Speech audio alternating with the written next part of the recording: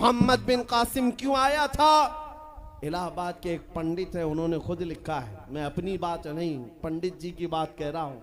अस्सलामु अलैकुम वरहमतुल्लाहि वबरकातुहू। उम्मीद है कि आप लोग खैरियत से होंगे। अल्लाह आप लोगों को सलामत रखे। दोस्तों, आज हम और आप सुनेंगे मुफ्ती सलमान अजहरी साहब की वो तकरीर जो पूरे यूट्यूब में बहुत ज़्यादा वायरल हो चुकी है। लोग इसको सुनने की ख्वाहिश भी रखते हैं, लोग इसको सुनते भी हैं। और आप लोगों से गुजारिश है कि आप लोग मुफ्ती सलमान अजहरी साहब को ना भूलें, बल्कि आप उनके लिए दुआ करें कि अल्लाह ताला उनको जल्द से जल्द जेल से रिहाई अता फरमाए। अल्लाह मुफ्ती सलमान अजहरी साहब की इस तकरीर को जरूर सुन लिया करें। आइए हम इस तकरीर को सुनते हैं। मोहम्मद बिन कासिम क्यों आया था? इलाहाबाद के एक पंडित है, उन्होंने खुद लिखा है, मैं अपनी बात नहीं पंडित जी की बात कह रहा हूँ। उस वक्त हालात ऐसे हो गए थे कि चंद औरतें, मुसलमान औरतें जो श्रीलंका की सरजमीन से हज के लिए जा रही थी, उस वक्त राजा दाबिर सिंह उसके कुछ गुंडों ने इन औरतों को पकड़ लिया, उनकी इज्जत लूटी, उनका माल लूटा, उनको कैदी बनाया। उन औरतों ने उस वक्त पुकार कर कहा था कि कोई है जो हमारी इज्जत बचाएगा। कोई तिजारत करने वाला बाहर से आया हुआ ताजिर बात सुन करके अरब गया। अरब में जाकर गवर्नर जो था उसके सामने वाकया बयान कर रहा था। 19 साल का जवान मोहम्मद बिन कासिम वहां से गुजर रहा था। उसने इतना वाकया सुना कि हिंद की सरजमीन पर कुछ हमारी बहनों की इज्जत लूटी जा रही है। वहीं खड़े होकर उसने कहा, लब्बैक या उख्ती, ऐ मेरी बहन, मैं तेरी इज्जत की हिफाजत के लिए आ रहा हूं। वहां से पुकारा अपने चचा जो गवर्नर था उस वक्त, उससे 10,000 का लश्कर लेकर के सबसे पहले यहां आने वाला मोहम्मद बिन कासिम किस लिए आया था? माल लूटने के लिए नहीं, औरतों की इज्जत बचाने के लिए आया था। हिंदुस्तान की सरजमीन पर कदम रखा और उसके बाद सामने मुकाबिल में फौरन जंग के लिए नहीं आया। कहा कि जिन औरतों को कैदी बनाया वो छोड़ दो, जो हज के लिए जा रही थी उन्हें आजाद कर दो, और दूसरी बात, जिन्होंने गुंडागर्दी की है उन्हें पकड़ो और जेल में डालो। राजा को घमंड था, उसने इनकार किया तो मोहम्मद बिन कासिम ने कहा, चलो आओ मोहम्मद अरबी के शेरों से मुकाबला हो जाए। 3 दिन का मुकाबला हुआ था, न राजा बचा न बाजा बचा, सारे हजारे इधर से उधर हो गए और मोहम्मद बिन कासिम का परचम लहराया। मेरे अजीजों, औरतों की इज्जत का मुहाफिज 19 साल का जवान था, जिसने आते ही औरतों की इज्जत भी बचाई और मेरे दीन का परचम भी लहराया। मैं आज पूछता हूं, हमारी उम्रें कितनी हो गई? कई जवान 25 साल 30 साल क्रॉस कर चुके। आज बहुत सारी औरतों की इज्जतें जब लूटी जाती हैं, तुम तो मोबाइल में देख देख करके शेयर कर देते हो, वीडियो इधर से उधर फैला देते हो और उसके बाद समझते हो हम बहुत बड़ा काम कर रहे हैं। हर कोई यही कहता है सबको शेयर करो, सबको शेयर करो, काय के लिए शेयर करो? मेरे अजीजों, ये कौन सी जंग लड़ रहे हो? व्हाट्सएप मोबाइल की जंग लड़ रहे हो? तुम्हारे अंदर अगर गैरत बाकी है तो मेरे अजीजों, किसी की इज्जत लुटते हुए देखकर तुम तमाशा नहीं कर सकते। ईमान बेदार करो, ईमान बेदार करो। ये आज हालात क्यों आए? इमाम गजाली की एक बात मैं सुनाता हूं। बहुत सालों पहले उस इमाम ने कहा था, 1000 साल पहले तकरीबन, उस इमाम ने कहा था, जब इस उम्मत के सामने उनके रसूल की तौहीन हो रही हो और उम्मत खामोश बैठी रहे तो चंद दिन इंतजार करें, इनकी माँ और बहनों को बाजार में लाकर नीलाम किया जाएगा, इनकी माँ और बहनों की इज्जत लूटी जाएगी और ये कुछ ना कर सकेंगे, इनके बच्चों को मारा जाएगा और ये कुछ ना कर सकेंगे। मैं आज महसूस कर रहा हूँ हुजूर की गुस्ताखी पर और तौहीन पर खामोश रहने का नतीजा ये है कि अब हमारे घर भी सलामत नहीं रहेंगे। लोग आज चीख रहे हैं, मस्जिदें वीरान हो गई, मस्जिदें टूट रही हैं, खानकाहें टूट रही हैं, न जाने कितने मज़ारात बिल्डोजर से ख़त्म किए जा रहे हैं। ये तमाम बातें अपनी जगह पर। मैं आपसे पूछता हूं, जाने ईमान रसूलुल्लाह की इज्जत बाकी नहीं रही तो फिर कुछ भी बाकी नहीं रहा। वो जो न हो तो कुछ न हो, वो जो न थे तो कुछ न था। जान है वो जहान की और जान है तो जहान है। आपसे मैं यही कहना चाहता हूं, सीरियस हो जाओ, हसास हो जाओ। हंसी मजाक गलछड़े ये लतीफे लोगों के दरमियान अय्याशियां खत्म कर डालो। आज हर एक के घर से धुआं उठ रहा है। और लोग अभी खुशियां और तमाशा देखने में मसरूफ हैं। आज पूरी दुनिया में जो तमाशा है आप नहीं अंदाजा कर सकते। फिलिस्तीन के बच्चों के साथ खून की होली खेली जाती है।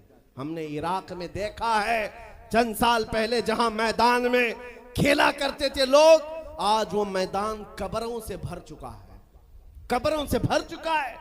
इतनी मौतें होती हैं कि जनाजा उठाने के लिए लोग नहीं होते, जनाजा उठाने के लिए लोग नहीं होते। ये तमाम हालात क्यों पैदा हुए? मुल्क के शाम के हालात इतने सख्त तरीन हो गए हैं कि तकरीबन 50 लाख के करीब बेघर हो चुके लोग, जिनका घर नहीं, सब टूट चुका। ये हालात देखकर मैं आपसे कहता हूं बेदार हो जाओ और अमल की तरफ आ जाओ। क्या अब भी तुम्हें अजानें नहीं उठाती? नमाजों के लिए दौड़ते नहीं? अल्लाह का कहर जब आता है, पकड़ आती है, तो फिर कोई तुम्हें नहीं बचा सकता, कोई नहीं बचा सकता।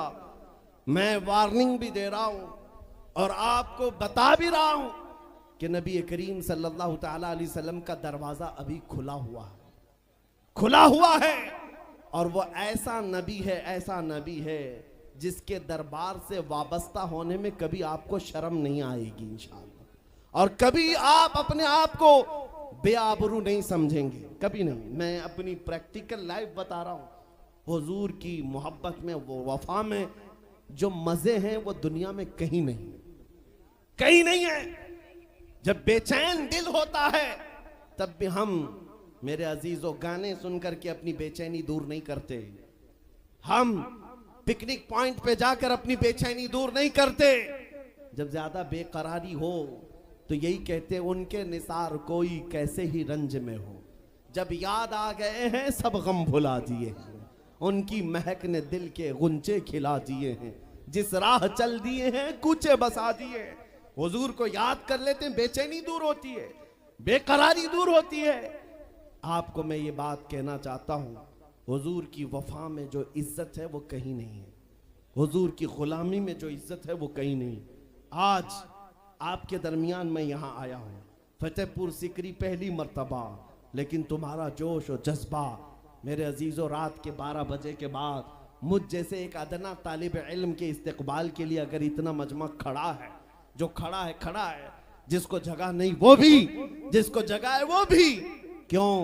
कोई बड़े पार्टी का नेता आया है क्या? किसी गवर्नमेंट का ओहदेदार आया है? नहीं, सबको यहां पता है कोई नेता नहीं आया, हुजूर का एक गुलाम आया। हमारी आज जो इज्जत है वो सिर्फ इसीलिए है, जब तक बिके न थे तो कोई पूछता न था। या रसूल अल्लाह, तुमने खरीद कर हमें अनमोल कर दिया।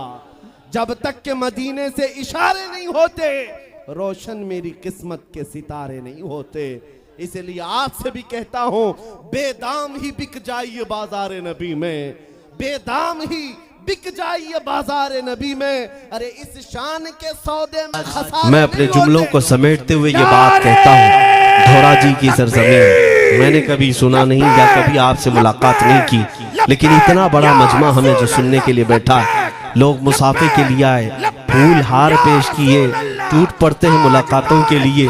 मैं अक्सर जलसों में भी और अपने प्रोग्रामों में ये कहता हूँ, मुझे जो आप इज्जत की निगाह से देखते हैं या मिलना चाहते हैं या देखना चाहते हैं या सुनना चाहते हैं, तो वो इसलिए नहीं है कि किसी बाप का, बड़े बाप का बेटा है या किसी सियासी पार्टी का नेता है। आपकी जो मोहब्बत है वो सिर्फ इसलिए है, मीना का लाल है, वो मकीने गुंबद खजरा है, जो बेकसों का कस, जो बेसहारों का सहारा।